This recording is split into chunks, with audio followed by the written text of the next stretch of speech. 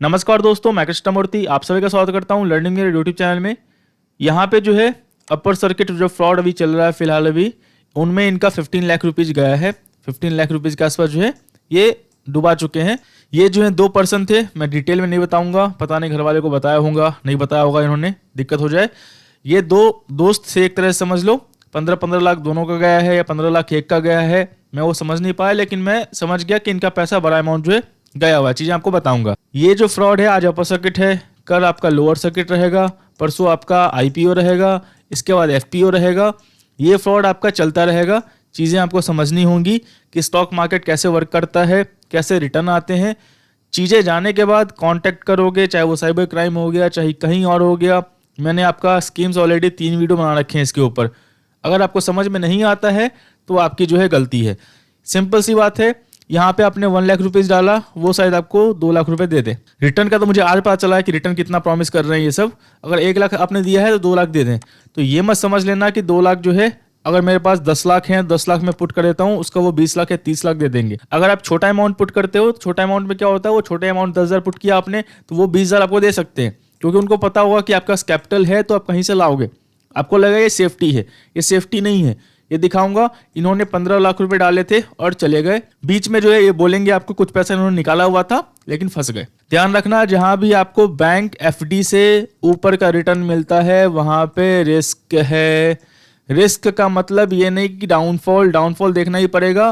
Capital wiped out मतलब अगर आपको 20% रिटर्न मिल रहा है, किसी चीज में बोल रहा है रिटर्न है, तो आपको 80-90% डाउनफॉल देखना पड़ेगा, या उस एसेट क्लास में आपको कैपिटल वाइप्ड आउट होने की संभावना बहुत ज्यादा है।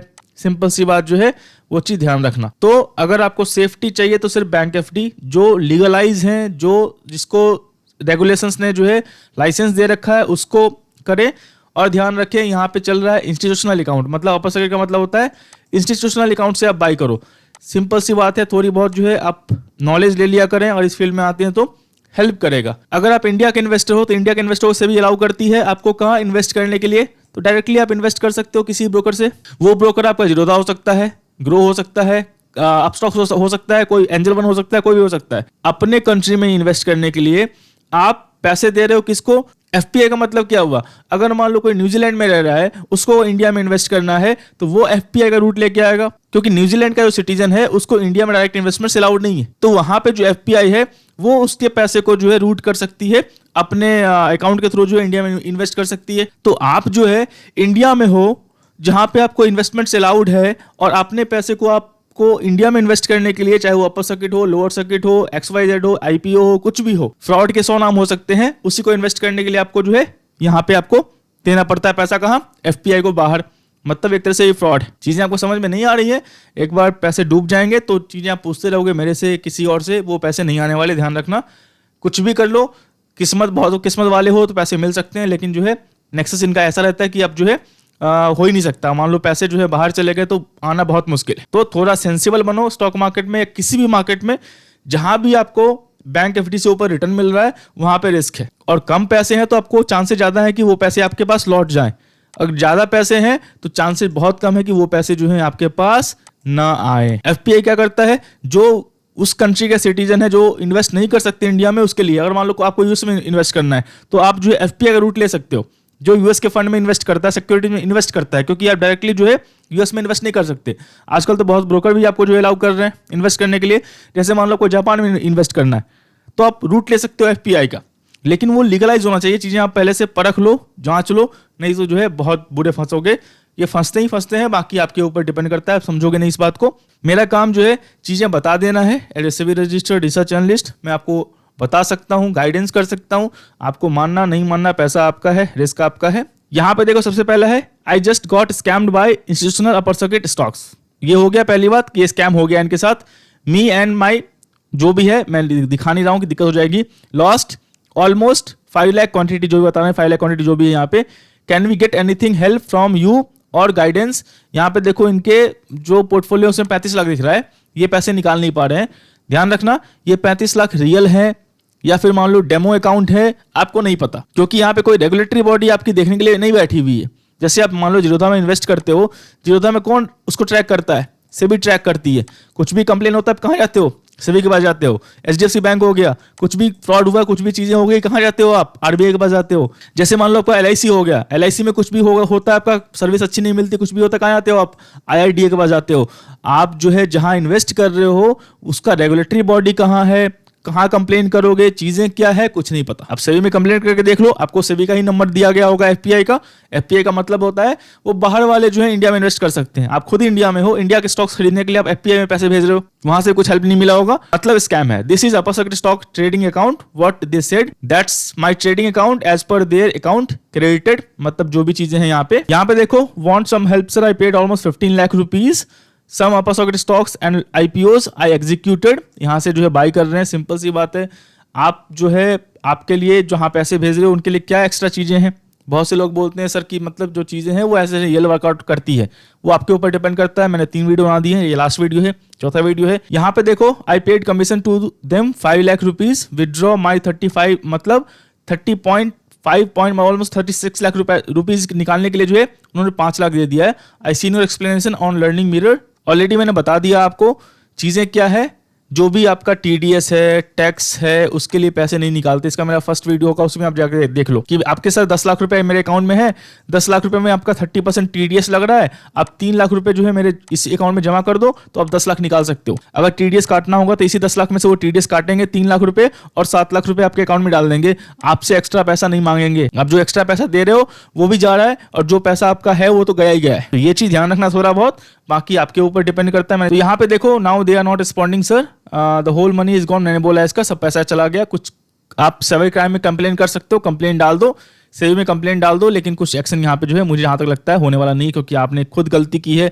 सेबी इतना एजुकेट कर रही है, साइबर क्राइम इतना एजुकेट कर रहा है आपको, फिर भी आप समझ नहीं रहे हो। थोड़ा सेंसिबल बनो अगर चीजें जो है रियलिस्टिक बनना है तो, नहीं तो फिर जो भी है सिंपल सी बात। Yes, they gave us 1 lakh and 1 lakh middle of the trade, simple सी बात। मैंने क्या बोला, छोटा अमाउंट है आपके पास तो वो रिटर्न कर देंगे आपको ट्रस्ट गेन करने के लिए। अगर आपने मान लो 1,50,000 20,000 डाला है तो वो आपको रिटर्न चला आएगा, उसका डबल ट्रिपल जो भी प्रॉमिस किया है। उनको पता है 1 लाख है, 2 लाख दूंगा, आप 5 लाख लाके जहां से भी लाओगे, आप चाहे क्रेडिट कार्ड से निकालो, लोन ले लो, पैसे हैं तो वो डाल दो, अब डालोगे।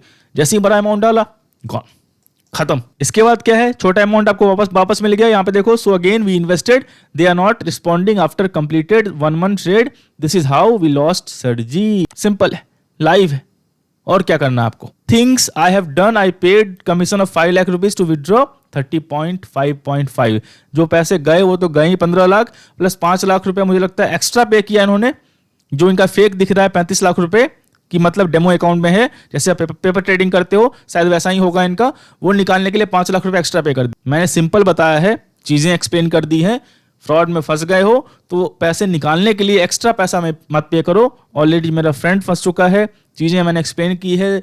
बहुत से बार क्या होता है, बोलते नहीं, क्योंकि मैं स्ट्रेट फॉरवर्ड रहता हूं, मैं एंटरटेन नहीं करता सामने वाले को। यहाँ पे देखो, वेबसाइट भी आपका दूसरा रहेगा, ओपन होगा, सब कुछ होगा। यहाँ पे जो है डेमो दिख रहा है, पता नहीं क्या है, नहीं है, ये किस अकाउंट में है, कैसा है, समझ में नहीं आ रहा है। अब यहाँ पे देख लो, यहाँ पे क्या लिखा है, IDM BSc लिखा हुआ है, BSc लिखा हुआ है, PCS BSc लिखा हुआ है। मैं समझ नहीं रहा हूँ, आप बाहर पैसे क्यों भेज रहे हो FPI को? अपने खुद के कंट्री में खुद का स्टॉक्स बाय करने के लिए सभी आपको अलाउ करती है। अगर ऐसा होता तो फिर ना KYC हुआ है ना कुछ भी हुआ है।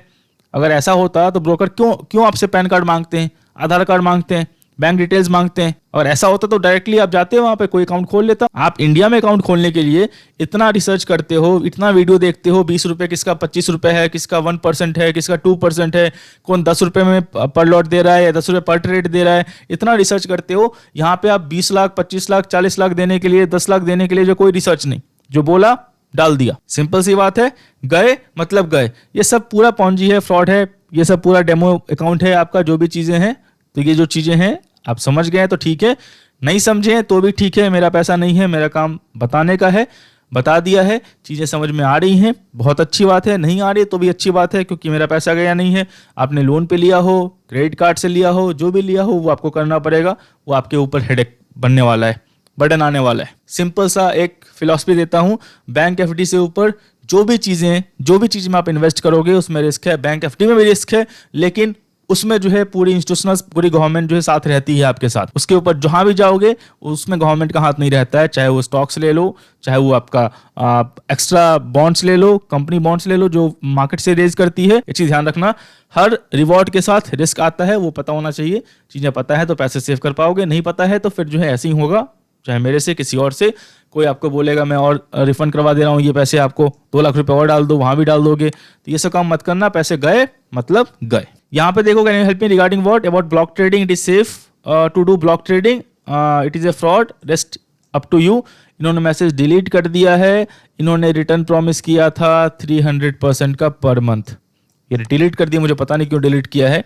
300% पर मंथ रिटर्न जो है इनको प्रॉमिस किया गया था इन्वेस्टमेंट पे। अब आप खुद ही समझो, 1 लाख का आपको 3 लाख कौन बना के दे रहा है, कैसा बना के दे रहा है, और वो बना के दे रहा है तो आपको आपसे पैसे क्यों ले रहा है। अगर पर्सनल लोन भी लेने जाओगे तो पूरा कितना हाईएस्ट लोगे तो 25% साल का होगा, 300% आप महीने का बना रहे हो।